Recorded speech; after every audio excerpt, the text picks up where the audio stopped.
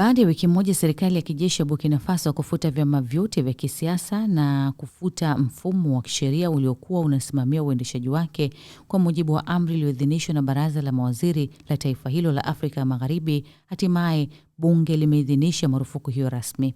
Hatua hiyo iliyochukuliwa na utawala huo wa kijeshi chini ya Rais Ibrahim Traore aliingia madarakani kupitia mapinduzi ya Septemba mwaka 2022. Ni hatua ya hivi karibuni ya kuimarisha udhibiti wa mamlaka baada ya kusimamishwa kwa shughuli za kisiasa kufuatia mapinduzi hayo.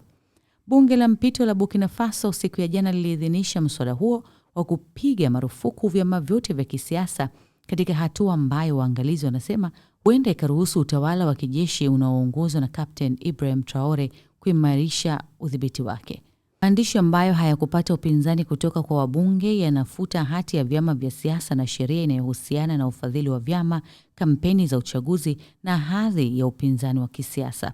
Shughuli za vyama vya kisiasa zimesitishwa katika nchi ya Sahel tangu jeshi lilipochukua mamlaka mwaka 2022.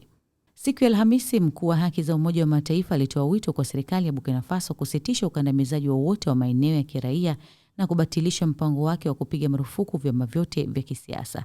Kulingana na ripoti, mwezi Julai mamlaka ya Burkinabe ilipitisha sheria mpya yenye vikwazo kuhusu uhuru wa kujumuika, na mwezi Novemba ilitoa amri mpya inayohitaji mashirika yasiyo ya kiserikali na vyama kufungua na kudumisha akaunti za fedha pekee na benki inayomilikiwa na serikali.